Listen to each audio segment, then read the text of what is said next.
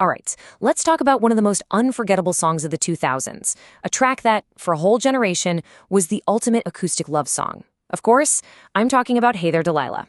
But what if the story you know isn't the real story at all? You just hear those first few notes, and you're right back there, aren't you?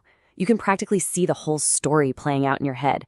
A musician, totally in love, singing his heart out to his girlfriend who's 1,000 miles away. It's a story we all feel like we know inside and out. I mean, this song paints this perfect, almost cinematic picture of a long-distance relationship. It's all about devotion, about making these huge promises for the future, and just believing that love is going to conquer the distance. That's the narrative that made millions of us fall for this song. And that, naturally, leads to the big question.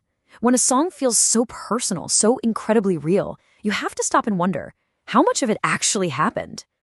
Well, let's go straight to the source. The songwriter himself, Tom Higginson from Plain White T's, has confirmed it. Yes, Delilah as a real person. And get this, her name is actually Delilah. So that's it then, right? Case closed, the story is true. Well, not so fast. This is where the story takes a really interesting turn. Because while the person is 100% real, the story we all imagined, the epic romance, that's something else entirely. And there it is. The one sentence that changes absolutely everything. They never dated. The entire grand romance that became the heart and soul of this song, it never actually happened. So this huge hit song wasn't born out of some deep, long-term relationship. It was sparked by a single brief moment, a chance meeting. He simply met her, thought she was really pretty, and that was it. That one little impression was enough to inspire an entire world within a song. Okay, so knowing this completely changes how you hear the lyrics, doesn't it?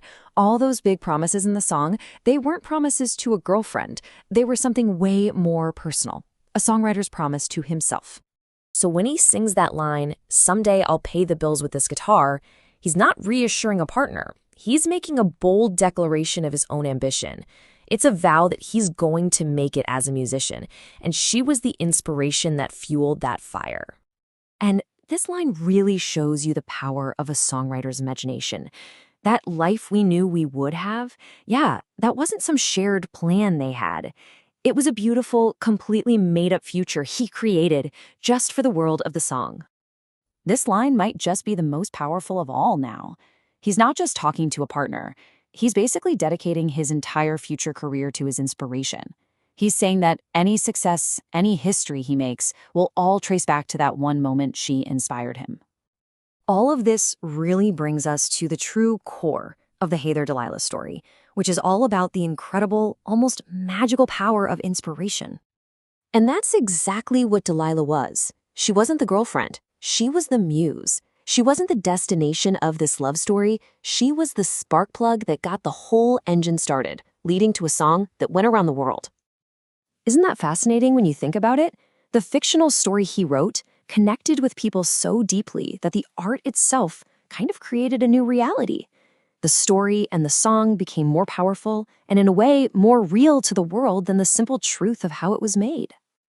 So it leaves us with this final thought to chew on. What matters more? The real story behind a work of art or the feeling that art gives us? Hey There, Delilah might be built on a bit of a fantasy, but the emotion it created in all of us was undeniably real. And maybe, just maybe, that's the real magic of a great song.